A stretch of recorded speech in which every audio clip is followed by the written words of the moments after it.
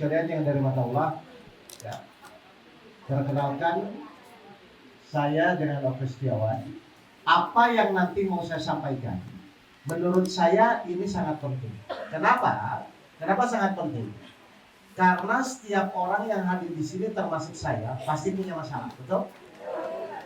Setelah punya masalah, pasti setiap orang ingin menyelesaikan masalahnya, betul? Sekarang saya tanya ya Bapak Ibu. Bapak Ibu tuh bisa nggak menyelesaikan masalah kita masing-masing? Kadang bisa. Oke, kalau gitu saya kunci. Bisa nggak kita menyelesaikan masalah tanpa pertolongan Allah? Jadi kita bisa atau tidak menyelesaikan masalah? Tidak bisa.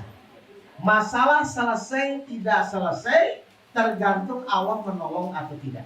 Itu kata kuncinya ya. Berarti semua orang pasti akan diberikan masalah. Berarti tujuan Allah memberikan masalah itu agar Bapak Ibu menyelesaikan atau agar Bapak Ibu minta tolong kepada Allah. Ya ulang, Bapak Ibu selama ini ketika dikasih masalah, biasanya niat ikhtiar itu untuk menyelesaikan atau untuk minta tolong kepada Allah. Saya ulang lagi. Bapak Ibu selama ini ikhtiar tujuannya biasanya untuk menyelesaikan atau untuk minta tolong kepada Allah.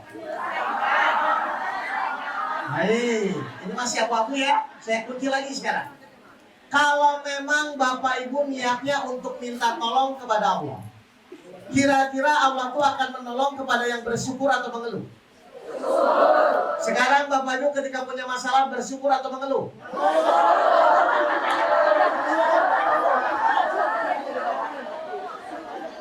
Mau nggak itu maksud saya? Ternyata Bapak Ibu ingin ditolong Allah, tapi kenyataannya ketika diuji, berarti selama ini tujuan Bapak Ibu itu ingin ditolong atau ingin menyelesaikan? Kalau ingin ditolong, berarti kan harusnya bersyukur. Tapi kalau niatnya ingin menyelesaikan dan masalahnya belum selesai, biasanya mengeluh atau bersyukur? Nah, sekarang yang akan saya bahas adalah bagaimana ketika Bapak Ibu diuji atau diberikan suatu permasalahan dari Allah, agar secepatnya Allah menolong masalah kita. Ya, karena saya yakin semua yang hadir di sini pasti ingin menyelesaikan masalahnya. Kenapa saya berani mengambil tema ini? Karena tema ini memang saya sudah jalani, saya sudah praktekkan, dan memang betul-betul Al-Quran itu sebagai solusi hidup. Saya tanya ya, Bapak Ibu percaya nggak semua permasalahan yang Bapak Ibu hadapi ada solusinya di dalam Al-Quran? Percaya? Percaya ya? Berarti sebenarnya untuk menyelesaikan masalah itu mudah atau sulit? Mudah bagi yang mengikuti Al-Quran, sulit bagi yang berpikir sendiri. Saya tanya dengan jujur, Bapak Ibu ketika punya masalah mengikuti Al-Quran atau mikir sendiri? Padahal semua yang hadir di sini percaya bahwa apapun masalah yang Bapak Ibu hadapi, ada nggak solusinya dalam Al-Quran? Ada. Berarti maksud Allah memberikan masalah itu nanti agar Bapak Ibu berpikir sendiri atau mengikuti Al-Quran. Nah, kenyataannya Bapak Ibu ketika punya masalah berpikir sendiri atau mengikuti Al-Quran? Jadi silakan Bapak Ibu menjalani masalahnya masing-masing. Tapi pertanyaan kedua, saat ikhtiar itu mengikuti petunjuk atau berpikir sendiri? Mohon maaf, Bapak Ibu ketika punya masalah biasanya mikir atau yakin? Katanya ngikuti petunjuk. Oh, kan? Jawabannya masih beda-beda ya. Nah, ini saya akan ceritakan ini. Kenapa saya bilang saya akan membahas sebenarnya menyelesaikan itu masalah itu mudah? Karena ternyata di dalam Al-Quran itu ada caranya, Bapak Ibu. Ada caranya. Apa yang saya akan sampaikan? Tahun 2005 dulu di Jakarta, saya tuh punya perusahaan Bapak Ibu di Jakarta. Ya, alhamdulillah perusahaan saya meningkat. 2005-2006 meningkat. 2007 pertengahan, dan akhirnya 2008 awal, perusahaan saya hancur bangkrut total. Ya, yang namanya perusahaan bangkrut, hancur total, biasanya meninggalkan warisan atau hutang? Warisan hutang. Ya. Jadi saya waktu itu di Januari 2008, saya punya masalah hutang saya 2,5 miliar dan harus selesai dalam 3 bulan. Ya, istri saya mau bercerai dan saya akan dipenjara karena kasus urusan pajak. Menurut Bapak Ibu masalah atau bukan? Kira-kira ada nggak solusinya dalam Al-Quran? Ada. Tapi apa yang terjadi? Saya baca Al-Quran bolak-balik, alhamdulillah bukan semakin tenang, malah semakin pusing. Kenapa? Karena saya tidak bisa mempraktekkan ayat-ayat Al-Quran yang selama ini Bapak Ibu baca dengan masalah yang dihadapi. Pada logikanya, harusnya Al-Quran itu hanya dibaca atau dipraktekkan. Saya mohon sama Allah, ya Allah, ini tuh saya salahnya di mana? Saya yakin Al-Quran itu solusi hidup. Tapi kenapa ini saya punya masalah, tapi kok saya nggak bisa menyambungkan antara masalah yang saya hadapi dengan Al-Quran yang saya baca? Padahal logikanya harusnya di dalam Al-Quran ada nggak langkah demi langkah menyelesaikan masalah? Ada. Kira-kira di dalam Al-Quran ada nggak cara menyelesaikan suami pelit? Ada. Loh. Ada. Nanti makanya saya jelaskan ini. Berarti pertanyaan saya, berarti masalah yang tadi saya sampaikan, saya punya hutang, saya punya masalah keluarga, saya punya masalah hukum, harusnya bisa nggak terselesaikan dengan solusi Al-Quran? Bisa, cuman waktu itu saya nggak ngerti caranya bagaimana. Paham ini? Akhirnya saya mohon sama Allah, ya Allah, saya itu percaya Al-Quran itu solusi hidup. Tapi kenapa ya Allah saya baca bolak-balik, tapi saya kok tidak bisa mempraktekkan? Padahal saya yakin harusnya kalau orang mengikuti Al-Quran masalahnya terselesaikan. Apa yang terjadi? Allah ngasih petunjuk kepada saya, kata kuncinya cuma satu. Ternyata kesalahan saya belajar Al-Quran tidak ada gurunya. Paham ya Bapak Ibu semua? Akhirnya doa saya rubah. Saya mohon, ya Allah, pertemukan saya dengan seorang guru yang bisa membimbing saya lewat Al-Quran untuk menyelesaikan masalah hidup saya. Alhamdulillah, sunatullahnya 2 hari 3 hari kemudian saya bertemu guru saya. Ya, saya curhat kepada guru saya bilang, Pak Guru tolong saya. Saya punya hutang 2,5 miliar, saya punya masalah keluarga, dan saya punya masalah hukum yang harus saya selesaikan. Saya yakin Al-Quran itu solusi hidup, tapi saya nggak ngerti cara mempraktekannya. Tolong ajari saya. Akhirnya guru saya ngajarin caranya, saya praktekkan. Apa yang terjadi? 2,5 bulan selesai masalah saya. Hutang 2,5 miliar selesai, istri tidak jadi bercerai, dan saya tidak jadi dipenjara. Berarti apa kesimpulannya? Silahkan Bapak Ibu belajar ilmu apapun, tapi tolak ukurnya nanti Bapak Ibu ilmu itu bermanfaat atau tidak saat mulai Bapak Ibu praktekkan ketika menghadapi ujian. Mohon maaf, logikanya Bapak Ibu semakin lama ngaji, harusnya semakin mudah menyelesaikan masalah atau semakin sulit? Harusnya semakin mudah, karena Bapak Ibu semakin paham Al-Quran, betul? Sekarang saya tanya, Bapak Ibu ketika punya masalah sudah tenang atau masih pusing? Pusing. Tetangga Bapak Ibu yang nggak ngaji, pusing. Ibu yang ngaji, pusing. Terus bedanya apa? Kalau yang ngaji pusing, yang nggak ngaji pun pusing. Padahal tolak ukur kita ngaji salah satunya apa? Tenang di dalam menjalani hidup. Salah duanya apa? Mudah menyelesaikan masalah. Salah tiganya apa? Doa mudah dikabulkan. Itu tolak ukurnya kita ngaji. Semakin lama Bapak Ibu ngaji, harusnya semakin mudah menyelesaikan masalah. Kenapa? Karena di dalam Al-Quran itu ada langkah demi langkah, cara demi cara untuk menyelesaikan masalah. Berarti kira-kira ada nggak cara menyelesaikan suami galak? Ada. Ada nggak cara menyelesaikan anak tidak nurut? Ada. Nah, tinggal nanti bagaimana langkah demi langkahnya. Saya tanya ya. Sebesar apapun masalah Bapak Ibu, kalau Bapak Ibu mengerti caranya, langkah demi langkahnya, jadi masalah nggak?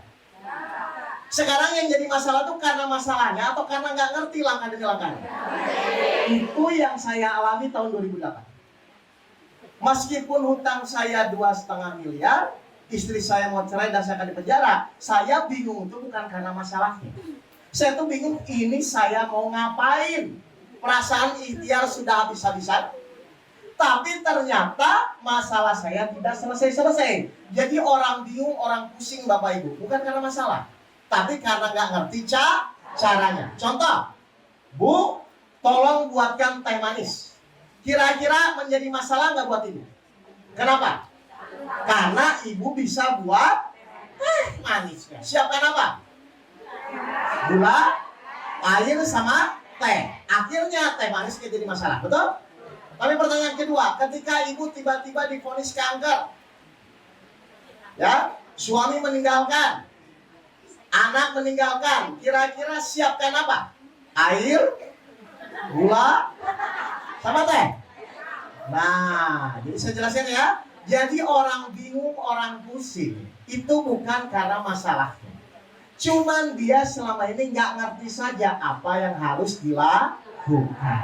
Jelas ya Bapak Ibu semua? Padahal Al-Quran itu petunjuk. Berarti petunjuk itu langkah demi langkah atau langsung tujuan? Langkah demi langkah. Kayak tadi saya kajian di Bintaro, mau ke sini, saya kan nggak hafal ya. Berarti saya buka apa? Nah, berarti ketika Google Map dibuka, saya fokus langsung ke tujuan atau ikuti saja kanan, kiri, lurus, kan itu aja. Sama ya. Berarti ketika Bapak Ibu punya masalah nanti, silahkan ikuti langkah demi langkah di dalam Al-Quran. Ya. Nah, kalau begitu saya mau cerita apa yang saya lakukan waktu itu tahun 2008. Lalu saya mempraktekkan Al-Quran dan masalah saya terselesaikan. Ya, jadi nanti Bapak Ibu bantu jawab ya, biar Bapak Ibu paham. Waktu itu saya bilang, Pak Guru tolong saya. Saya punya hutang 2,5 miliar, ya, dan saya harus selesai dalam 3 bulan. Guru saya nanya cuma satu, Mas Oke masih punya aset nggak? Saya bilang aset saya habis semua. Ruko habis, mobil habis, istri hampir habis. Ya mau cerai saya. Nah, ya sudah kata dia. Oke, kalau sudah tidak punya semuanya, pertanyaan saya kedua, nanti Bapak Ibu bantu jawab ya. Gini, guru saya tuh nanya gini. Mas Oke hutang 2,5 miliar. Saya, guru saya namanya Ki Antono. Saya Antono hutang 5 juta. Menurut Bapak Ibu secara logika, 2,5 miliar dan 5 juta, lebih cepat mana yang lunasnya? Saya jawab kepada guru saya 5 juta Pak Guru. Kenapa? Lebih sedikit, lebih kecil. Berarti jawaban kita benar atau salah? Kata guru saya salah. Makanya masalah Mas Oke nggak selesai-selesai. Saya bilang salahnya di mana? Ya kan? Padahal kalau secara logika hutang 2,5 miliar dan hutang 5 juta, lebih cepat mana yang lunasnya? 5 juta. Saya bilang gitu. Kenapa? Lebih sedikit. Salah. Selama Mas Oke masih berpikir seperti itu, nggak akan pernah selesai masalahnya. Lah, saya kan bingung kan? Baik, kalau bingung, kata guru saya, silahkan bantah jawaban saya. Bapak Ibu silahkan bantah ya, nanti saya akan jawab ya. Kan tadi Bapak Ibu bilang 5 juta dan 2,5 miliar lebih cepat mana yang Mas ya? Ternyata kan itu salah. Benarnya di mana? Silahkan bantah. Kalau 5 juta tidak ditolong Allah, 2,5 miliar ditolong Allah, kira-kira mana yang lebih cepat lunas? Kenapa tadi bilangnya 5 juta? Bapak Ibu tahu nggak salahnya di mana? Karena manusia ketika diberikan masalah selalu mengukur masalah dengan kemampuan dirinya. Salah. Mau besar mau kecil, Mau 5 juta, mau 2,5 miliar, kalau Allah yang menolong, selesai atau tidak? Kita buktikan ayatnya, surat 3 ayat 160. Silakan Ustaz. Surat 3 Al-Imran ayat 160. Apa kata Allah? A'udzu billahi minasyaitonir rajim. In yansurkumullahu fala ghaliba lakum wa in yakhdhulkum faman dhalladhi yansurukum min ba'dihi wa 'alallahi falyatawakkalul mu'minun. Apa kata Allah menjawab permasalahan kita? Silakan Ustaz. Jika Allah maka tidak ada yang dapat mengalahkan kamu. Jika Allah menolong kamu, maka tidak ada yang bisa mengalahkan kamu. Terus? Jika Allah membiarkan kamu atau tidak memberi pertolongan, maka siapa yang dapat menolongmu setelah itu? Coba Bapak Ibu perhatikan. Ini kata kuncinya ya. Saya bisa menyelesaikan masalah itu gara-gara ini. Jika Allah menolong kamu, maka tidak ada yang bisa mengalahkan kamu. Tapi jika Allah tidak menolong masalah Bapak Ibu, siapakah yang bisa menolong setelah itu? Saya tanya, mau sepintar apapun Bapak Ibu, sekaya apapun, semampu apapun, kalau Allah tidak menolong, selesai nggak masalahnya? Berarti masalah selesai itu karena kemampuan kita atau karena pertolongan Allah? Benar? Tapi kita wajib ikhtiar nggak? Berarti Bapak Ibu tujuan ikhtiar itu supaya menyelesaikan masalah atau supaya ditolong Allah? Selama ini Bapak Ibu niat ikhtiar, tujuannya menyelesaikan masalah atau supaya ditolong Allah? Niat nggak bisa dua, Bu. Masa niat asar sama zuhur campur? Ayo Bapak Ibu ngasih bohong ini. Berarti selama ini Bapak Ibu sakit ke dokter supaya sembuh atau supaya ditolong Allah? Itu pemikiran dari mana itu? Menurut Al-Quran yang benar, supaya sembuh atau supaya ditolong Allah? Tapi selama ini niat Bapak Ibu supaya sembuh atau supaya ditolong Allah? Kalau Allah belum menyembuhkan? Jadi apapun yang Bapak Ibu lakukan, tolong yang pertama niatnya diluruskan. Oh, saya ikhtiar itu ternyata tujuannya supaya Allah menolong. Iya karena budu. Nah itu hafal. Artinya apa itu? Hanya kepada Allah aku menyembah dan hanya memohon. Berarti Allah ngasih masalah itu supaya kita minta tolong atau supaya menyelesaikan? Bapak Ibu selama ini ketika dikasih masalah biasanya minta tolong atau ingin menyelesaikan? Tahu salahnya di sini? Ternyata dari awal Bapak Ibu berikhtiar, dari awal sudah salah niat. Kenapa niat itu penting? Al-Baqarah 225. Silakan. Surat 2 Al-Baqarah ayat 225. Kenapa niat itu penting? Allah tidak menghukum kamu karena sumpahmu yang tidak kamu sengaja. Terus? Tetapi Dia menghukum kamu karena niat yang terkandung dalam hatimu. Jadi yang pertama kali Allah lihat ketika Bapak Ibu ikhtiar itu apanya? Niatnya. Sedangkan kebanyakan orang niatnya ikhtiar adalah untuk menyelesaikan masalah. Berarti niat seperti itu salah atau benar? Dari kapan Bapak Ibu salah?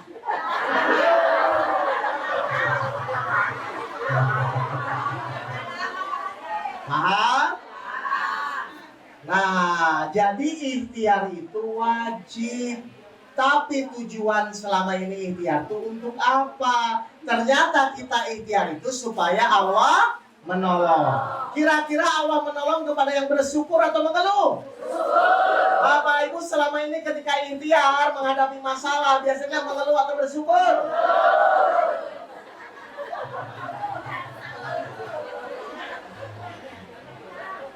Iya, nggak apa-apa kan? Kita diskusi biar Bapak Ibu paham. Ternyata apa yang kita jalani selama ini secara tidak sadar ternyata salah. Berarti sekarang kita akan fokus apa? Menyelesaikan atau bagaimana supaya Allah menolong? Nah, akhirnya saya tanya ke guru saya.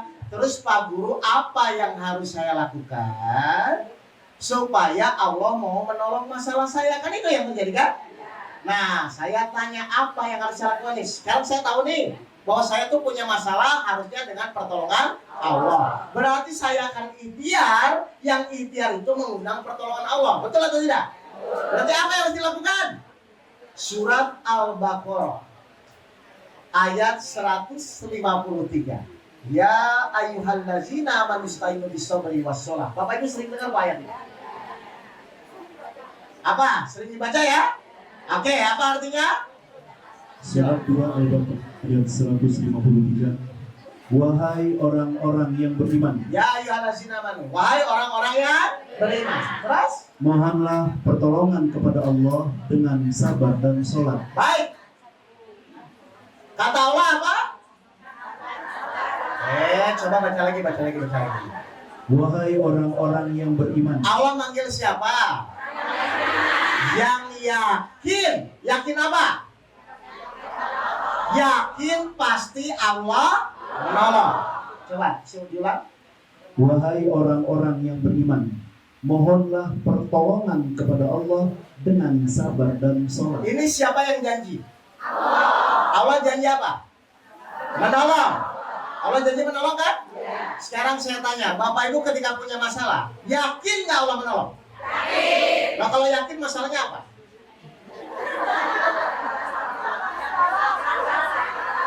Saya ulang. Bapak Ibu yakin Allah menolong? Yakin. Kalau yakin berarti ketika dikasih masalah tenang atau pusing? Kalau yakin? Nah, ini Bapak Ibu sebenarnya bisa menjawab diri sendiri. Saya ulang. Allah bilang, wahai orang-orang yang beriman, yang yakin kepadanya, mohonlah pertolongan kepada Allah dengan sabar dan salat. Bapak Ibu yakin nggak bahwa setiap masalah itu nanti Allah menolong? Yakin. Kalau yakin, masalahnya di mana?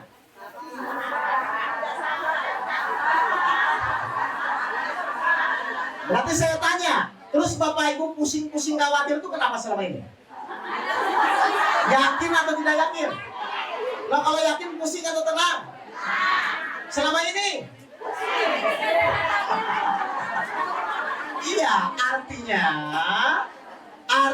Allah tidak bisa dibohongi. Karena orang yakin dan tidak yakin itu pasti Allah tahu. Paham ini Bapak ini?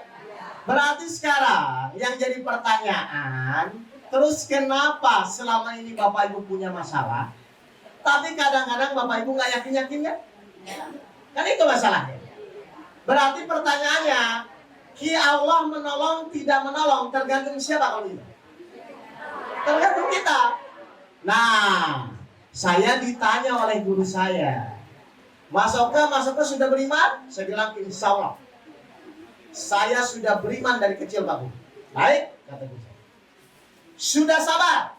Kalau nggak sabar, saya bilang saya bunuh diri dengan pasal ini.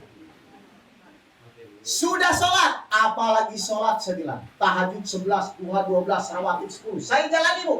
Kepepet. Karena saya udah bingung saya mau ngapain. Penjara di depan mata, ya, hutang harus selesai. Saya sudah buntu, saya bingung.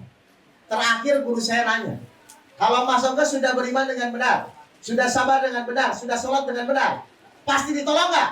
Harusnya ditolong. Sekarang udah ditolong belum? Belum, saya bilang. Berarti iman, sabar, sholat saya yang belum benar atau ayat yang salah? Berarti pasti iman, sabar, sholat saya belum benar. Nah, berarti sekarang kita harus mengerti bagaimana beriman dengan benar, bagaimana sabar dengan benar, bagaimana sholat dengan benar. Sekarang saya tanya kepada Bapak Ibu Sila, Bapak Ibu sudah beriman? Insya Allah. Menurut perasaan atau menurut Al-Quran? Kayaknya kayak saya yang sana.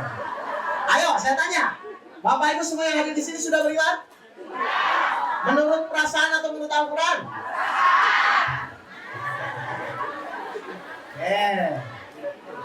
Terus saya tahu beriman tidak beriman dari mana? Menurut Al-Quran. bukan menurut perasaan. Apa cirinya orang beriman menurut Al-Quran? Surat 5 ayat 69. Silakan. Surat 5 Al-Maidah ayat 69. Cirinya orang beriman. Perhatikan, Bapak Ibu termasuk ciri ini atau tidak? Surat 5 Al-Maidah ayat 69. Barang siapa beriman kepada Allah, kepada hari kemudian dan berbuat kebajikan, maka tidak ada rasa khawatir padanya dan mereka tidak bersedih hati. Apa ciri orang beriman?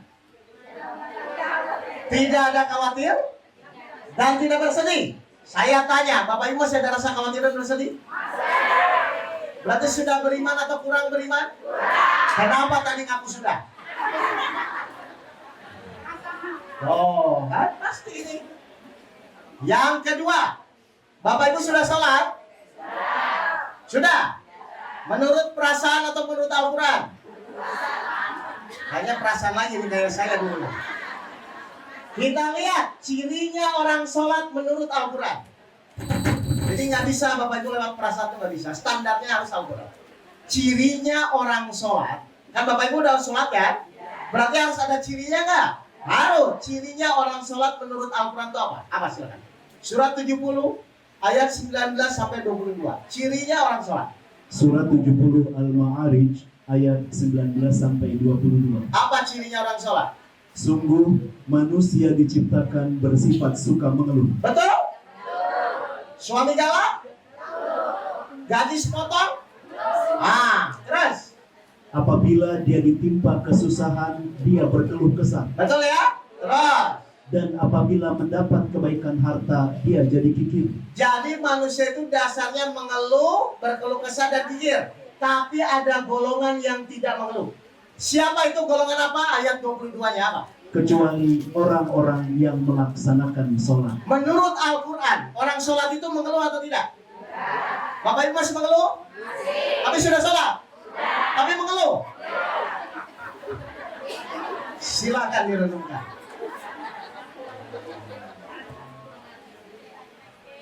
Berarti kenapa saya waktu itu nggak ditolong-tolong? Karena standar iman sabar sholatnya menurut perasaan saya, bukan menurut Al-Quran.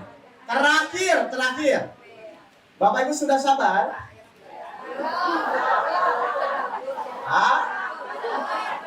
Atau saya tanya gini, menurut Bapak Ibu sabar itu sulit atau mudah? Sulit atau nggak tahu caranya?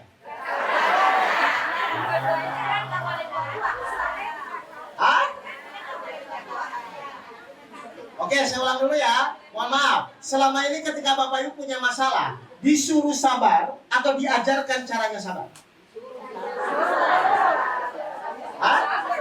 Oke. Ketika ada orang nyuruh Bapak Ibu sabar, Ibu pernah tanya nggak? Pak, saya bukan orang sabar, ingin jadi sabar. Bagaimana caranya? Ditanya caranya atau cuma disuruh? Loh, jadi dia nyuruh doang nggak ngasih tahu caranya? Kalau dia nyuruh doang nggak ngasih tahu caranya, nggak usah nyuruh. Ngapain?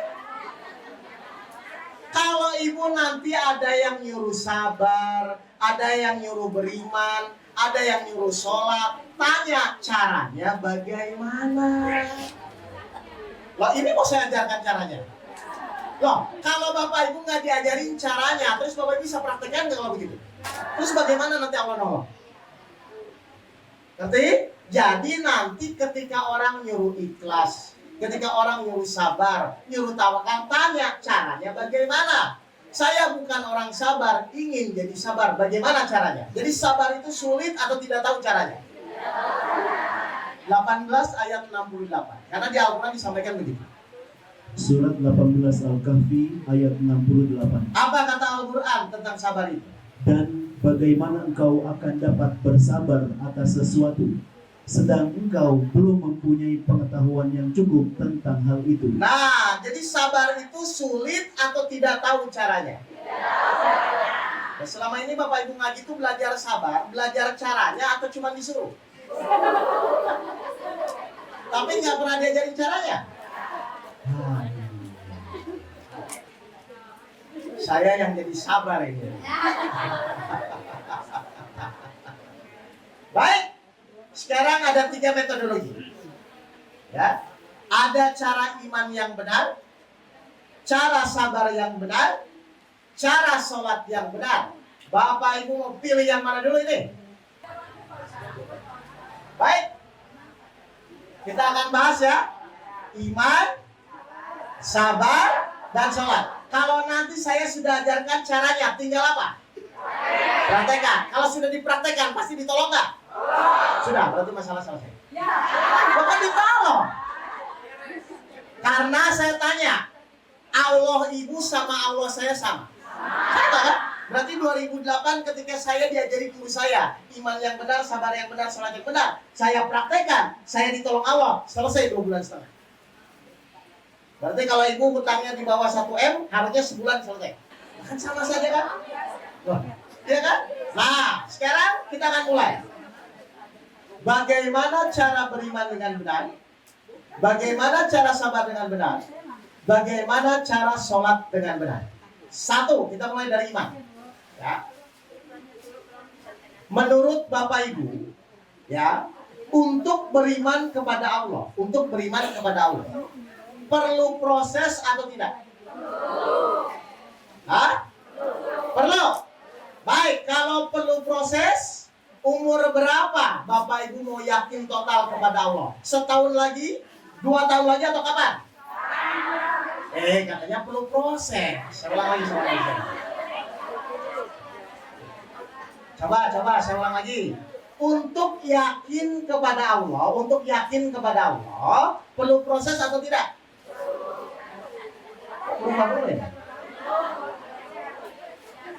Untuk yakin kepada Allah, perlu proses tidak? Atau gini. Adakah sifat Allah yang meragukan? Sehingga ibu perlu proses meyakini? Berarti untuk yakin kepada Allah perlu proses tidak? Tidak.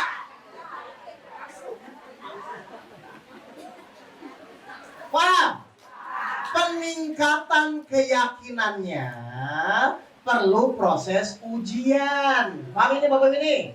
Jadi yakin kepada Allah tidak perlu proses. Tapi untuk meningkatkan keyakinan, Bapak Ibu harus diuji. Berarti saya tanya, berarti Allah ngasih ujian itu untuk meningkatkan keyakinan atau supaya Bapak Ibu pusing? Berarti semakin banyak ujian, semakin yakin atau semakin pusing? Sudah begitu. Mikir kan? Nah, jadi saya ulang dulu ya. Untuk yakin kepada Allah tidak perlu proses. Untuk yakinnya aja ya. Tapi meningkatkan keyakinan perlu proses ujian. Makanya semua orang pasti diuji kan? Berarti ujian itu untuk siapa? 29 ayat 2. Silakan. Iya. Surat 29 Al-Ankabut ayat 2. Surat 29 ayat 2. Ujian itu untuk siapa? Apakah manusia mengira bahwa mereka akan dibiarkan hanya dengan mengatakan kami telah beriman dan mereka tidak diuji? Jadi orang beriman itu akan diapain? Uji. Bapak Ibu mau diuji?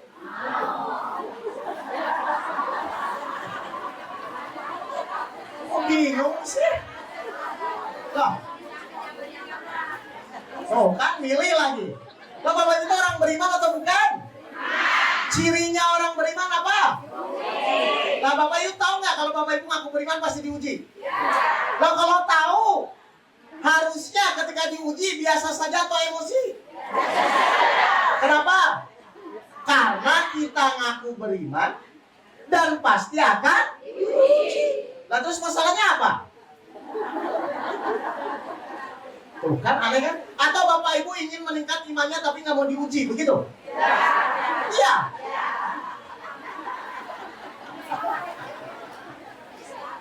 Loh nggak bisa tuh kata Ibu aja. Bapak Ibu aja dulu waktu naik kelas 1, 2, 3 itu lewat ujian atau enggak? Nah sekarang Bapak Ibu tahu nggak untuk meningkatkan keimanan itu butuh apa? Yang namanya orang butuh kalau dikasih kira-kira senang atau emosi? Ujian itu suami baik atau suami pelit? Jadi Ibu senang yang mana?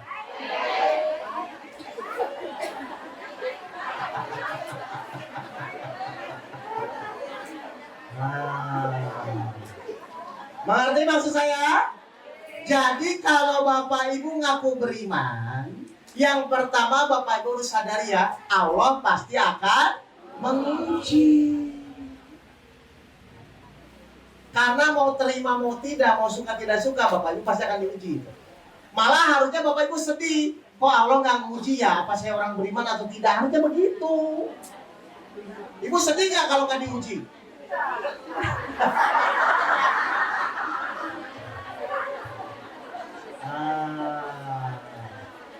Paham Bapak Ibu semua? Jadi yang pertama, kalau kita ingin beriman dengan benar, berarti kita harus sadar, oh saya itu pasti diuji. Tapi apa janji Allah kepada orang yang diuji? Akan ditolong. Berarti jadi masalah nggak kalau nanti Allah nolong? Bapak Ibu akan diuji, tapi Allah janji akan menolong. Kira-kira jadi masalah nggak? Nah, terus Bapak Ibu pusing-pusing selama ini kenapa? Oh, berarti Bapak Ibu nggak yakin Allah akan menolong. Jadi salah siapa? Kenapa nggak yakin Allah akan menolong? Oke, kita mulai sekarang. Pertanyaan kedua. Selama ini kita disuruh beriman kepada Allah, betul? Di rukun iman yang pertama, beriman kepada Allah, beriman kepada malaikat, beriman kepada Al-Quran, kan gitu ya? Sekarang Bapak Ibu tolong jawab. Kita selama ini disuruh beriman kepada Allah. Beriman kepada apanya? Yang senior jawab. Kita selama ini disuruh beriman kepada Allah. Beriman kepada apanya? Itu nanti kode dan kodar ada. Loh, Bapak Ibu kan selama ini disuruh beriman kepada Allah kan? Rukun iman yang pertama Bapak Bu? Bapak Ibu selama ini disuruh beriman kepada Allah. Beriman kepada apanya?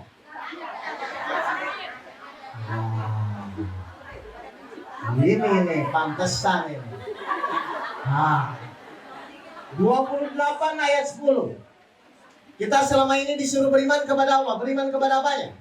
Surat 28 Al-Qasas ayat 10. Al-Quran ada beriman kepada Al-Quran dengan sendiri. Ini suruh beriman kepada Allah, beriman kepada apanya? Coba ayatnya. Dan hati ibu Musa menjadi kosong. Sungguh hampir saja dia menyatakannya rahasia tentang Musa. Seandainya tidak kami teguhkan hatinya agar dia termasuk orang-orang yang beriman kepada janji Allah. Kita selama ini disuruh beriman kepada Allah. Beriman kepada apanya? Janjinya. Janji Allah banyak nggak di dalam Al-Quran? Apa salah satu janji Allah? Akan menolong. Bapak Ibu percaya nggak janji Allah? Janji suami?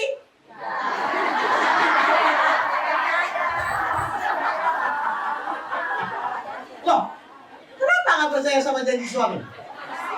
Loh iya. Loh ibu nikah sama suami itu karena percaya atau kalau tidak percaya? Nah kalau tidak percaya nggak?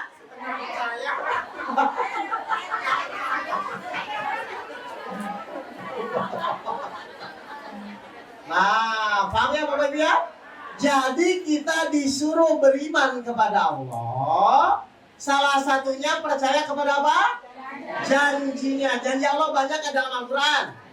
Saya tanya, lebih besar janji Allah atau lebih besar masalahnya? Hah? Lebih besar mana? Masalahnya atau janji Allah? Berarti semua masalah jadi masalah nggak kalau Bapak Ibu yakin kepada janji Allah? Terus kenapa selama ini masih bingung? Iya, nggak apa-apa. Ya, Bapak Ibu ya.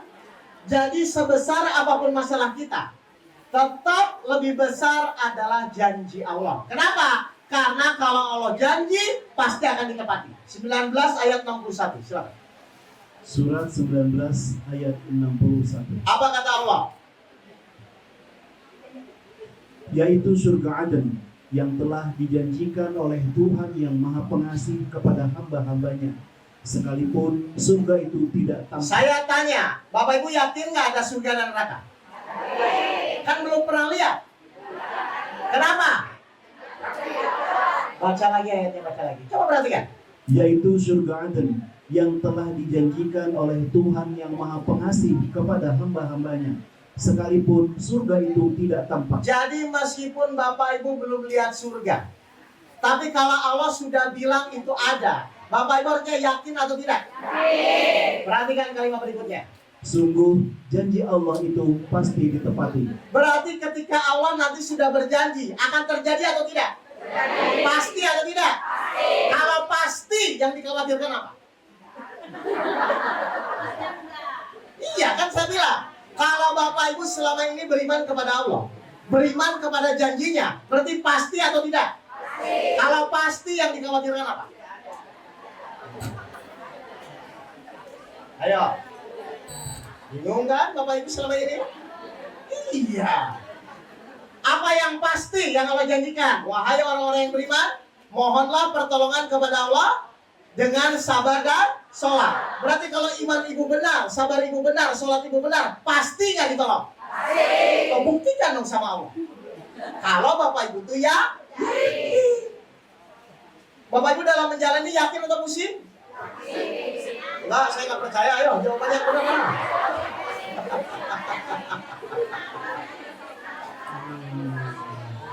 Iya.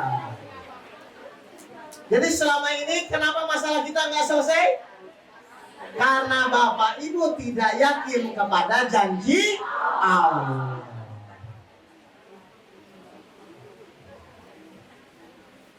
Berarti nanti ketika Bapak Ibu diuji oleh Allah, yang pertama apa yang harus Bapak Ibu lakukan? Ketika nanti ada masalah datang kepada kita, yang pertama apa yang harus Bapak Ibu lakukan? Yakin Allah nolong saya. Kira-kira beda nggak orang yakin sama yang tidak yakin? Beda. Mukanya beda nggak? Beda. Ibu bisa ngelihat nggak orang yang yakin atau tidak? Bisa. Silakan cek muka masing-masing.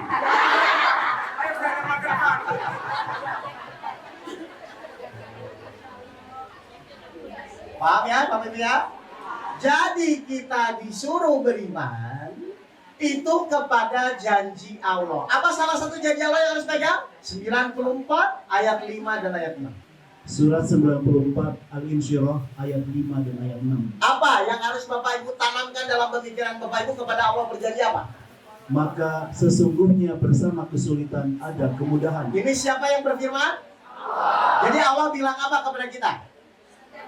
Setiap kesulitan ada kemudahan. Terus Allah bilang lagi apa yang keenam? Sesungguhnya bersama kesulitan ada kemudahan. Berarti maksudnya apa? Sesulit apapun masalah yang Bapak Ibu hadapi, pasti tidak ada kemudahan. Saya ulang. Nah, kan ketawa lagi kan? Sesulit apapun masalah yang Bapak Ibu hadapi, pasti atau tidak ada kemudahan? Berarti ketika Bapak Ibu menghadapi kesulitan, yakin atau pusing? Yakin. Oh, saya curiga jawabannya. Bapak Ibu selama ini menghadapi kesulitan, yakin atau pusing?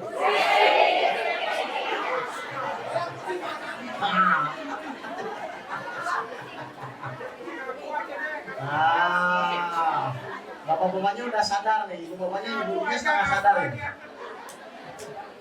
Makanya saya bilang, silahkan Bapak Ibu belajar teori apapun.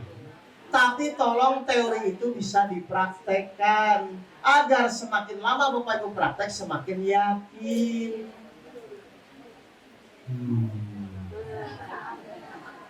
Jadi lebih besar kesulitan atau lebih besar janji Allah? Ya sudah, kalau Bapak Ibu ngaku beriman, jalani saja. Pasti akan ada kemudahan. Siapa yang janji? Allah. Pasti terjadi atau tidak? Dan kalau pasti terjadi, apa yang dikhawatirkan? Makanya orang beriman tidak sedih dan tidak khawatir. Karena dia yakin, meskipun dia tidak tahu caranya, meskipun dia tidak tahu solusinya, tapi karena dia yakin kepada Allah, maka Allah buktikan. Allah sesuai praduga, prasangka hamba. Bapak Ibu yakin, maka itu yang terjadi. Bapak Ibu khawatir, maka itu yang terjadi. Saya tanya, Ibu senang nggak diragukan sama suaminya? Enggak kan? Saya tanya, Ibu selama ini ketika punya masalah, sering nggak meragukan Allah? Gak usah dijawab, saya udah tahu jawabannya.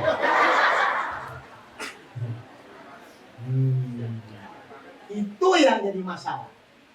Jadi masalah itu Bapak Ibu, Allah pakai hanya menguji mana yang yakin, mana yang tidak yakin. Berarti tergantung siapa ini? Tergantung kita. Sekarang pertanyaan saya berarti kepada Bapak Ibu. Yang pertama, betul atau tidak, sebelum kita melakukan sesuatu, kita harus mengerti alasan kita melakukan itu apa. Contoh, Bapak Ibu minum obat itu tujuannya apa? Sembuh. Akhirnya Bapak Ibu minum obat itu paksaan atau kesadaran? Kesadaran Bapak Ibu jadi sembuh. Seulang.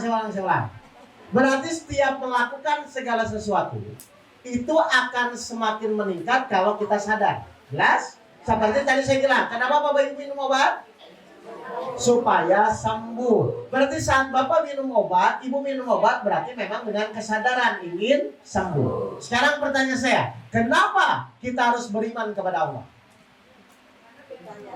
Nah, satu, supaya ditolong Allah. Itu yang pertama. Yang kedua, kenapa kita harus beriman kepada Allah?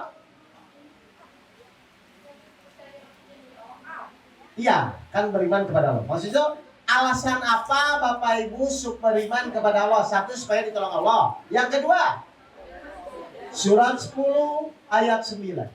Kenapa kita harus beriman kepada Allah?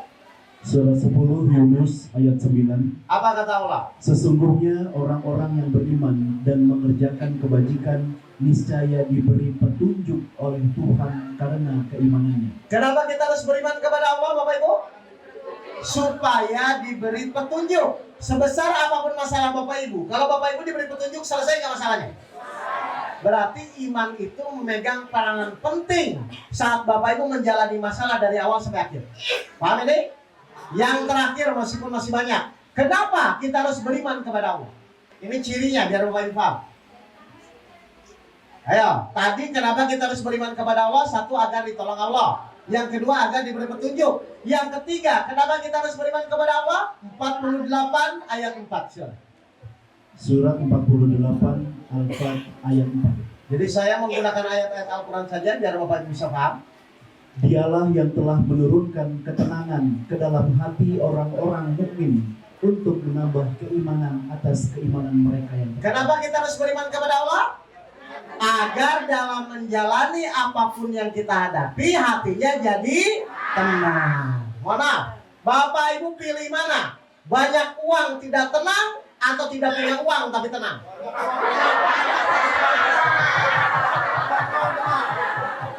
Nggak usah pilih kali itu. Jelas ya, kalau ya. Jadi ketenangan itu bukan karena keadaan. Ketenangan itu tergantung nilai keimanan kita kepada Allah. Semakin yakin, semakin tenang. Semakin ragu-ragu, semakin khawatir. Itu sudah rumus sudah turunnya begitu. Ya. Padahal tadi saya bilang, adakah sifat Allah yang meragukan sehingga Bapak Ibu tidak yakin? Berarti tidak ada alasan Bapak Ibu untuk tidak yakin kepada Allah. Tinggal ditingkatkan dengan ujian-ujian yang kita alami selama ini. Paham Bapak Ibu semua? Baik, berarti sekarang kita akan belajar bagaimana kita orang yang kurang beriman atau kurang yakin menjadi yakin dengan metodologi Al-Quran. Saya tanya nih Bapak Ibu, Bapak Ibu selain diberi iman oleh Allah, itu diberi apa satu lagi? Akal, betul? Jadi kadang-kadang gini, kalau punya masalah kadang-kadang, udahlah yakin aja, gitu kan? Tapi kadang-kadang, dari mana ya uangnya? Kan begitu ya? Berarti dalam proses ujian hidup, pasti ada dua alat yang akan selalu aktif. Ada yang namanya iman, ada yang namanya akal. Jadi iman sama akal ini kadang-kadang bersinggungan, kadang-kadang bertolak belakang, kadang-kadang seirama. Kan gitu ya? Nah sekarang Bapak Ibu berarti harus tahu kapan akal itu digunakan, kapan iman itu digunakan. Ayo saya tanya, Bapak Ibu punya iman? Bapak Ibu punya akal? Sekarang pertanyaan saya, kapan akal digunakan? Kapan iman digunakan? Ayo. Gini. Kalau saya mau belajar mobil, ada gas, ada rem. Ya. Kapan gas digunakan, kapan rem digunakan? Kalau lampu merah, gas atau rem? Lampu hijau? Kalau dibalik? Nah, paham ya? Sekarang Bapak Ibu punya akal, punya iman. Kapan akal digunakan? Kapan iman digunakan? Ayo. Akal digunakan setiap saat. Iman digunakan setiap waktu. Oh, kenapa saya menjelaskan ini? Karena Bapak Ibu akan bisa mempraktikkan Al-Quran. Kalau Bapak Ibu paham kapan akal digunakan, kapan iman digunakan. Karena suka tidak suka Bapak Ibu akan terus berhubungan dengan itu. Coba pernah nggak dalam suatu kejadian? Kadang-kadang yakin, kadang-kadang uang dari mana ya? Kan begitu kan? Padahal kalau Bapak Ibu sudah tahu nanti logika akal, logika iman, harusnya Bapak Ibu bisa mengendalikan itu. Baik, sekarang saya jelaskan. Saya buat 3 pertanyaan, insya Allah Bapak Ibu akan paham. Kapan akal digunakan? Kapan iman digunakan? 1. Bapak Ibu percaya nggak? 2 tambah 2 sama dengan 4. Bapak Ibu percaya tidak? 2 tambah 2 sama dengan 4. Mau percaya tidak percaya pun 2 tambah 2 pasti 4. Kenapa? Selama hal itu masih masuk akal, perlu nggak menggunakan iman? Kalau itu masih masuk akal, kan 2 tambah 2 pasti 4 ya. Mau percaya tidak percaya pun tetap 4 nggak? Berarti kalau hal itu masih masuk akal, perlu nggak kita menggunakan iman? Gak usah, kan sudah masuk akal. Paham Bapak ini? Jadi sesuatu yang masih masuk akal tidak usah menggunakan iman. Tapi tetap imannya ada ya. Baik. Yang kedua, Bapak Ibu percaya nggak gula itu rasanya manis? Mau percaya tidak percaya pun, silahkan ke dapur ambil gula, rasakan. Kira-kira manis atau asin? Manis. Berarti perlu nggak pakai iman kalau sesuatu itu masih bisa dibuktikan? Nggak usah. Mau percaya tidak percaya pun gula itu pasti rasanya manis. Berarti apa kesimpulannya? Kalau hal itu masih masuk akal, kalau hal itu belum bisa dibuktikan, kalau hal itu masih bisa dibuktikan, kalau hal itu masih masuk akal, tidak usah pakai iman. Paham? Sekarang nomor 3, Bapak Ibu jawab. Kalau bisa jawab dapat pulsa. Ya, siap ya? Akar 19 dikali sinus 30 dikali 385 dibagi 3/4 dikali 50%, hasilnya 5. Percaya nggak? Hah? Nggak percaya? Terus supaya percaya apa? Kalau dibuktikan dulu nggak usah pakai iman. Kan tadi sudah bilang, kalau sesuatu itu masih masuk akal, kalau masih bisa dibuktikan, tidak usah menggunakan iman. Berarti kapan iman dipakai? Setelah Bapak Ibu mentok, setelah belum dibuktikan, tinggal percaya atau tidak. Guru saya nanya, Mas Oke hutang 2,5 miliar, istri mau cerai, Mas Oke mau dipenjara. Secara akal selesai atau tidak? Enggak, saya bilang. Sudah ditolong belum? Belum. Maka pertanyaan guru saya, tapi Mas Oke percaya atau tidak kalau Allah nolong selesai? Berarti saat itu saya sudah ditolong atau belum? Belum. Sudah selesai belum? Maka karena sudah mentok, belum dibuktikan, pilihan saya adalah percaya atau tidak. Guru saya nanya, percaya nggak kalau Allah nolong selesai? Saya bilang percaya. Berarti kapan iman digunakan? Ketika kita sudah tidak bisa berpikir, ketika masalah itu belum bisa terselesaikan, silakan tetap percaya kepada janji Allah atau tidak. Biasanya Bapak Ibu kalau sudah mentok, percaya atau pusing? Bapak Ibu biasanya kalau sudah mentok, percaya atau pusing? Terus imannya di mana? Nah, paham ini Bapak Ibu kesalahan kita? Padahal kalau sudah bingung, sudah menentukan, tinggal percaya atau tidak. Kita buktikan ayatnya ya. Surat 26 Asy-Syura 61 sampai 63. Antara akal dan iman.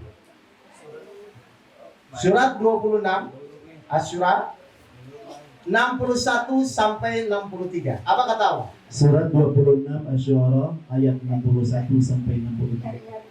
Maka ketika kedua golongan itu saling melihat, berkatalah, Ini pasukan Nabi Musa dikejar tentara Firaun. Ya, pasukannya bilang, Musa, kita akan tersusul. Berarti pasukannya bicara dengan akal atau imannya? Emang benar kan? Depan Laut Merah, belakang pasukan Firaun. Kita akan tersusul, kata pasukannya. Berarti pasukannya bicara dengan akal atau imannya? Baik, kita lihat Nabi Musa bilang apa ketika pasukannya mengatakan itu. 62-nya. Dia Musa menjawab, sekali-kali tidak akan tersusul. Sesungguhnya Tuhanku bersamaku. Saya tanya, Nabi Musa bicara akal dengan atau imannya? Padahal situasi itu dia tahu nggak solusinya? Nabi Musa pas waktu itu kondisinya tahu nggak solusinya? Tapi kenapa dia tetap yakin? Bapak Ibu kalau punya masalah nggak tahu solusinya, kira-kira yakin atau pusing?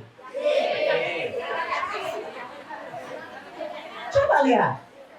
Diulang lagi Ustaz 62-nya. Perhatikan, Nabi Musa juga kan nggak tahu solusinya. Coba. Dia Musa menjawab, sekali-kali tidak akan tersusul. Sesungguhnya Tuhanku bersamaku. Dia akan memberi petunjuk kepadaku. Nah, saya tanya, berarti yang Nabi Musa lakukan itu tuh kepikiran atau keyakinan? Bapak Ibu ketika mentok, kepikiran atau keyakinan?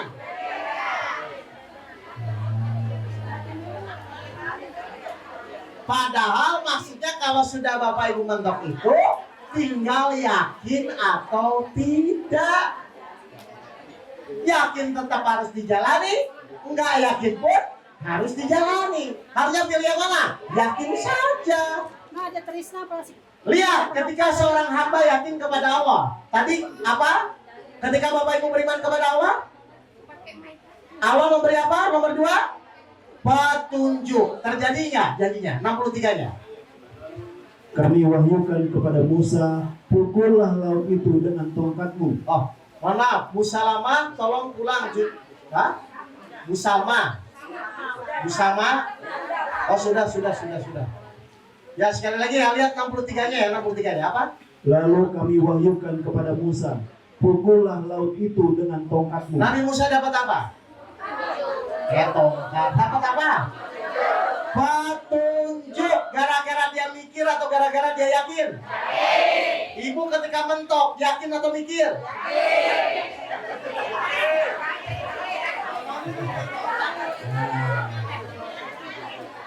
Nabi Musa tidak tahu solusinya. Tapi kenapa dia tetap yakin Allah pasti akan bersama dan memberi petunjuk kepadanya? Karena Nabi Musa yakin Allah pasti akan menolong. Dari mana dia tahu? Karena Allah berjanji kepada orang-orang yang beriman bahwa Allah akan memberikan petunjuk dan menolong. Maka pertanyaan saya, berarti solusi itu dicari atau diberi? Baca lagi 62-63. Ayat 62. 2008 itu kan waktu itu saya juga merasa mentok, akhirnya saya rubah cara berpikir saya. Enggak, Allah pasti nolong saya. Allah pasti tidak akan meninggalkan saya. Itu yang saya lakukan. Akhirnya seminggu kemudian teman saya ngasih proyek. Akhirnya orang yang ngutangin kepada saya bilang, udahlah pokoknya saya lunaskan hutangnya. Akhirnya istri saya nelpon, Pak, nggak usah bercerai, kasihan anak. Kenapa bisa begitu? Karena saya yakin 100% kepada Allah.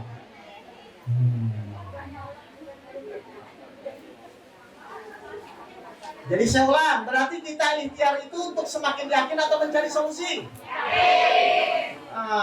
Untuk yakin kepada Allah mudah atau sulit?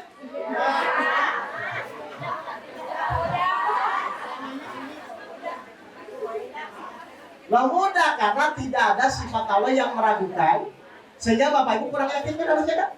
Jadi semua orang yang hadir di sini termasuk saya harusnya bisa semua menjalani ujian. Ya, nggak usah banyak alasan bingung-bingung. Karena tetap nanti ujung-ujungnya yang menyelesaikan ujian siapa? Dengan pertolongannya. Sekarang saya tanya, yang ngasih soal ujian siapa? Yang ngasih petunjuk? Yang menyelesaikan? Nah, terus Bapak Ibu pusingnya apa?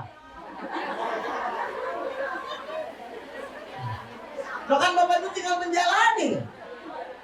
Berarti saat menjalani tinggal pilih di jalan yang lurus atau di jalan yang sesat. Jalan yang lurus itu mengikuti petunjuk, jalan yang sesat itu mengikuti pikirannya sendiri.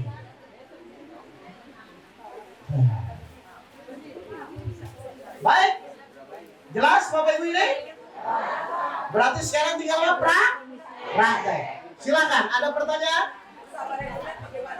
Kenapa? Sabar. Sekarang saya tambah sabar. Baik, iman selesai ya? Selesai sudah ya?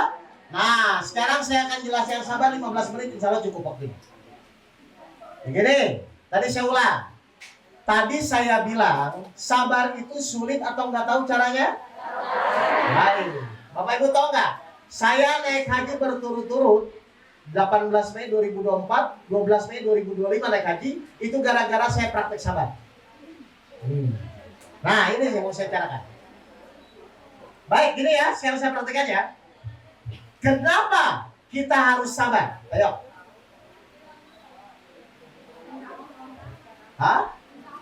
Satu, kenapa kita harus sabar? Supaya ditolong Allah. Berarti kalau sekarang belum ditolong, kenapa? Belum sabar. Saya tanya sekarang, Bapak Ibu selama ini ikhtiar, niatnya cepat selesai atau ingin jadi sabar?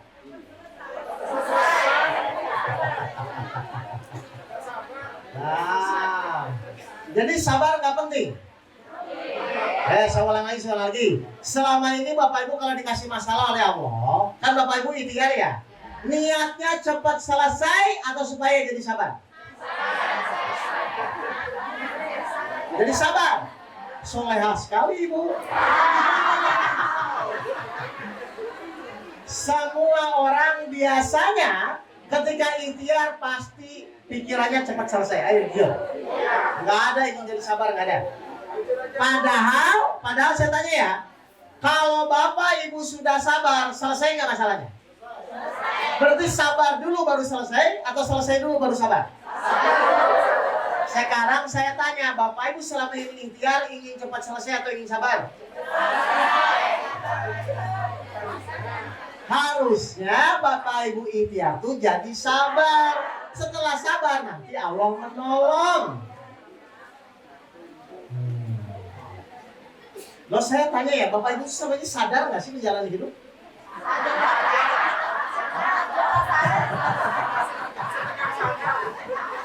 Hah? Loh kalau sadar kenapa tidak mengikuti Al-Quran?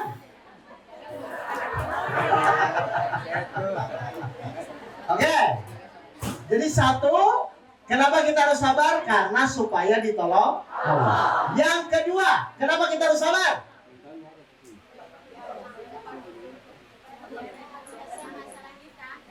Kenapa kita harus sabar? Innallaha, sesungguhnya Allah beserta bersama orang-orang yang kira-kira kalau Bapak Ibu bersama Allah, doa dikabulkan nggak? Nah itu yang saya praktekkan waktu saya ingin naik haji. Juni 2023 saya latihan sabar, saya praktek, saya berdoa, ya Allah saya ingin naik haji. Ternyata Allah kabulkan, mau punya uang tidak punya uang. Kalau Allah panggil, akan dipanggil nggak? Itu yang terjadi. Allah memanggil berturut-turut akhirnya. 2024, 2025 saya naik haji. Jelas? Gara-gara apa? Punya uang atau sabar? Nah, jadi Ibu ingin nggak sabar? Ingin dong doanya dikabulkan. Berarti kalau sekarang doa Ibu belum dikabul-kabulkan, pasti belum? Jadi saya tanya, sabar itu ada batasnya nggak?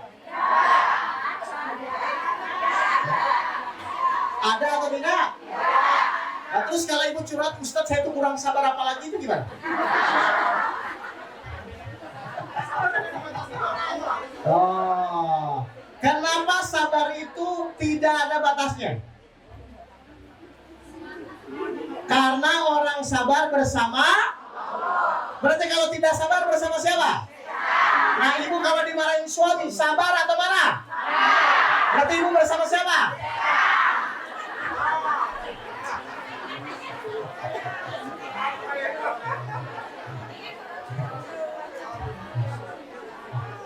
Oke, jelas ini?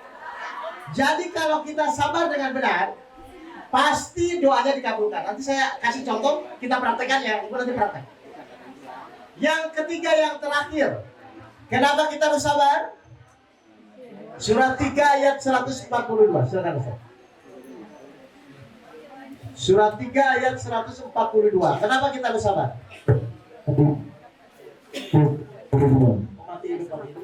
Apakah kamu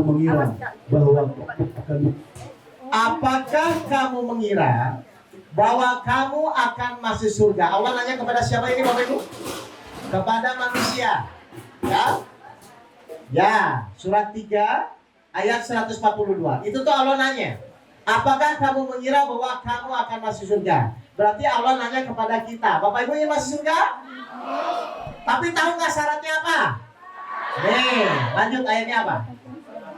Padahal belum nyata bagi Allah orang-orang yang beriman, berjihad, dan orang-orang yang sabar. Jadi salah satu syarat masuk surga apa? Sabar. Sekarang saya tanya, Bapak Ibu ingin masuk surga? Emang sudah sabar? Hah? Mau masuk surga? Memang sudah sabar? Tapi ingin masuk surga? Tapi belum sabar? Terus pakai apa? Orang dalam?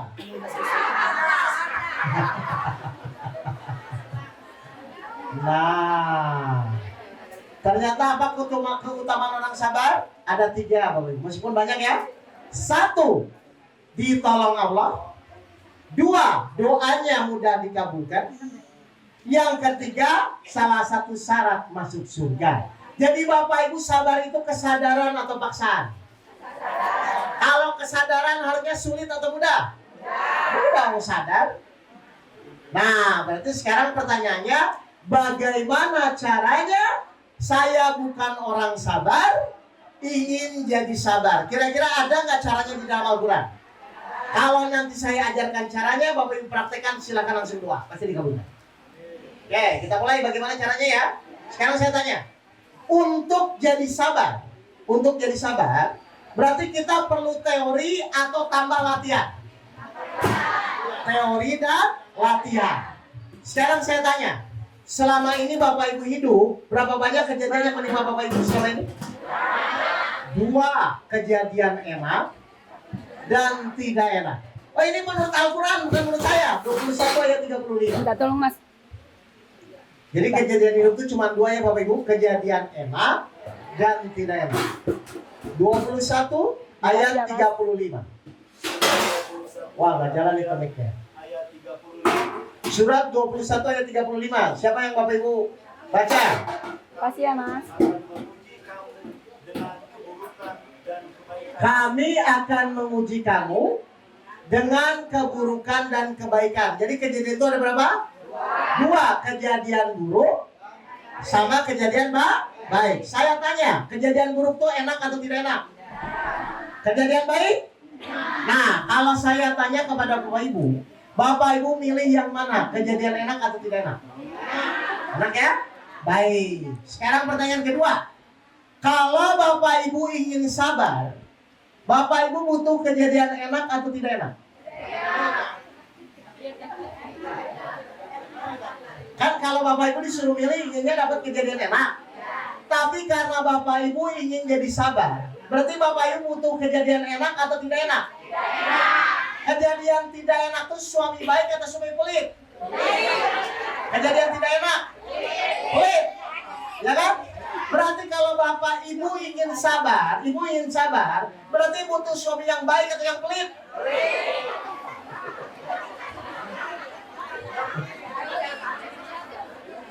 Masa saya tanya gini. Coba saya tanya, Bu, sabar ya suaminya soleh, begitu? Ibu aja ketawa kok. Tapi kalau saya bilang, Bu, sabar ya suaminya pelit, pas nggak? Berarti kalau ibu ingin latihan sabar, butuh suami pelit atau baik? Hah? Kalau mau latihan, ibu tahu latihan nggak? Berarti ketika ibu ingin latihan perlu kejadian enak atau tidak enak? Nah, selama ini kejadian tidak enak dianggap masalah atau sarana latihan? Salah dari awal. Kejadian tidak enak itu ternyata apa? Satu, agar doa Bapak Ibu dikabulkan karena bersama Allah. Yang kedua, ternyata kejadian tidak enak itu sebagai sarana masuk surga karena Bapak Ibu bisa jadi sabar. Berarti istri cerewet itu masalah atau sarana masuk surga?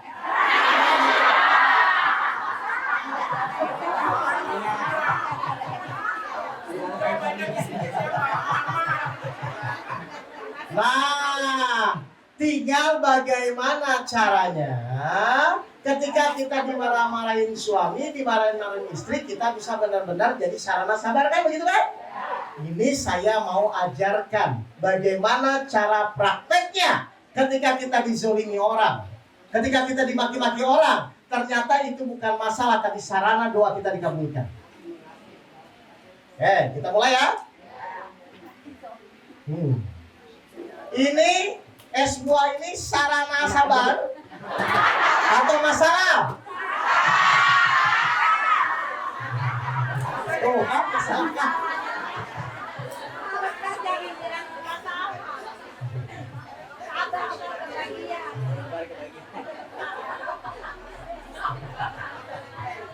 Bukan langsung kan?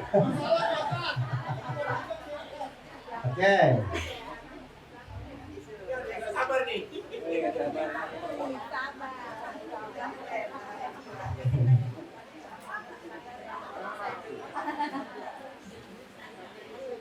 Oke, kita mulai ya.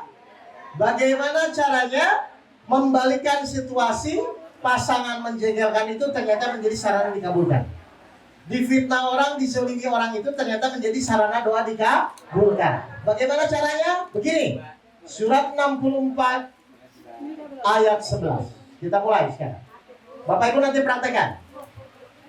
Surat 64. Coba bisa diperbaiki dulu ya. Sebentar. Nanti Bapak Ibu praktekkan, nanti buktikan. Benar nggak nanti doanya dikabulkan? Hah?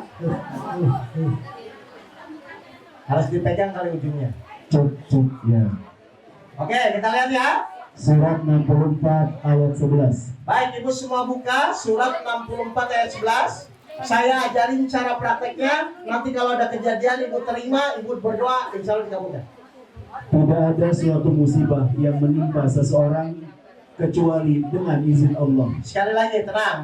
Saya ulang dulu. Ini maksudnya apa ayatnya? Sekali lagi Ustaz pelan-pelan. Tidak ada suatu musibah yang menimpa seseorang. Tidak ada suatu musibah pun, kejadian apapun yang menimpa diri kita, terus kecuali dengan izin Allah. kecuali dengan izin Allah. Ini maksudnya apa, Bapak Ibu? Semua kejadian yang menimpa diri kita bisa nggak terjadi tanpa izin Allah? Tidak ya? Berarti izinnya dulu baru kejadian, atau kejadian dulu baru izin? Hah? Izin dulu atau kejadian dulu? Allah mengizinkan terjadi, Allah tidak mengizinkan, tidak terjadi. Berarti nanti kalau ada kejadian yang menimpa kita, Bapak Ibu tuh lihat kejadiannya atau lihat izinnya? Harusnya izinnya. Kenyataannya. Jadi selama ini Bapak Ibu kalau ada kejadian, Bapak Ibu lihat kejadiannya atau izinnya? Terus izinnya kemana selama ini?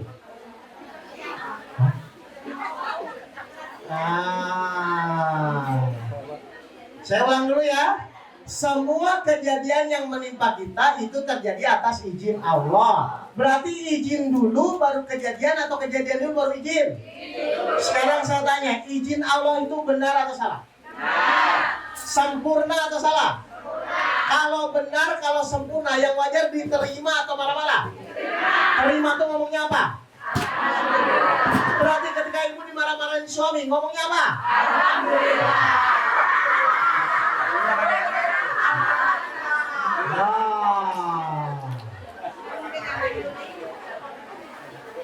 Saya kasih tahu ya, Ibu nerima alhamdulillah itu karena suaminya atau karena izin Allahnya? Selama ini ibu sulit sabar karena melihat kejadian atau melihat izin? Jangan bisa ibu bisa sabar kalau melihat kejadian. Sabar itu harus merubah cara berpikir yang tadinya melihat kejadian menjadi izin. Ketika ibu benar-benar menerima izin Allah, pasti ibu berdoa dikabulkan. Juni 2023 ada orang maki-maki saya. Karena saya tahu ilmunya semua kejadian atas izin Allah. Saya tidak terpancing orangnya. Saya bilang, ya Allah, saya terima ini atas izinmu. Maka ketika kita menerima atas izin Allah, tadi janji Allah apa? Innallaha ma'a. Dan Bapak Ibu akan jadi tenang. Saat tenang itu silakan berdoa, pasti dikabulkan. Jadi waktu Juni 2023, orang itu maki-maki saya. Terus saya bilang, saya terima ya Allah. Hati tenang, saya bilang, ya Allah, saya ingin naik haji. Akhirnya apa? Doa saya dikabulkan. Pertanyaan saya, berarti saya sakit hati sama yang maki-maki atau terima kasih? Kenapa? Karena gara-gara dia, saya bisa sabar, doa saya dikabulkan. Sekarang saya tanya, Bapak Ibu ketika ada kejadian dizolimi, diomongin, biasanya sakit hati atau berdoa dikabulkan? Itu bedanya. Berarti nanti ketika istri Bapak marah-marah, Bapak ngomongnya apa? Tapi dalam hati ya. Dalam hati diterima, Bapak berdoa, insya Allah dikabulkan. Tapi harus menerima dulu, kalau menolak nggak bisa. Itu pindahin Bisa ya? Mas. Jadi sabar itu bukan Pindahin ke situ. sabar itu menggiring yang tadinya melihat kejadian jadi melihat isi. Oke, ini terakhir biar Bapak Ibu paham. Ustaz Anas bantu saya. Perhatikan. Ini kalau Bapak Ibu dimaki-maki orang gini caranya. Oke. Nih, Ustaz Anas ini mau maki-maki saya. Mau maki-maki saya. Ini tutupnya mana? Kalau saya ingin jadi sabar, berarti saya akan lihat dia atau lihat izin Allah. Kan semua kejadian terjadi atas izin Allah kan? Ini contoh ya. Misalnya izin Allah di sini. Ini contoh aja. Misalnya izin Allah. Allah tidak bertempat tinggal ya. Misalnya izin Allah di sini. Berarti ketika Ustadz Anas maki-maki saya, fokus pikiran saya ke sini atau digeser ke izin Allah? Geser. Ya Allah, karena Engkau yang mengizinkan dia maki-maki saya, maka saya terima. Itu yang Allah tunggu. Paham ya Bapak Ibu? Berarti fokus Bapak Ibu ke orangnya atau ke izin? Nah selama ini yang membuat Bapak Ibu sakit hati marah-marah ke orang atau ke izin? Dari kapan? Sampai kapan? Jadi pas digeser ke izin Allah, Bapak Ibu terima, Bapak Ibu langsung berdoa. Itu maksudnya. Nanti? Tapi nanti Bapak Ibu pasti maki-maki, nggak usah begini ya, nggak usah ya. Berhadapan sama orangnya, tapi hati Bapak Ibu bilang, ya Allah saya terima. Itu di kata kuncinya itu. Kalau bisa benar-benar begitu, coba ayat lanjutannya apa? 64 ayat 9.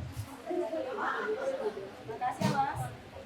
Jadi Bapak Ibu praktekkan coba Al-Quran itu supaya benar-benar terasa, ya. Lanjutan. Ya, diulang aja diulang. Tidak ada suatu musibah yang menimpa seseorang kecuali dengan izin Allah. Jadi yang dilihat isinya atau kejadiannya? Perhatikan, kalau ibu sudah begitu, apa yang Allah lakukan? Terus? Dan barang siapa beriman kepada Allah, niscaya Allah akan memberi petunjuk kepada hatinya. Maka suami dirubah, istri akan dirubah, anak akan dirubah. Bukan karena Bapak Ibu cerewet, tapi karena kesabaran Bapak Ibu, Allah bolak-balikan hatinya. Berarti kalau pasangan Bapak Ibu sekarang belum berubah-berubah, sudah sabar atau belum? Belum. Karena cirinya kalau sudah sabar, pasti pasangannya berubah. Akhlaknya, bukan pasangannya. Suaminya tetap, akhlaknya yang berubah. Jelas? Bisa praktek? Berarti nanti pas ibu pulang suami marah-marah ngomongnya apa? Dalam hati ya, dalam hati ya.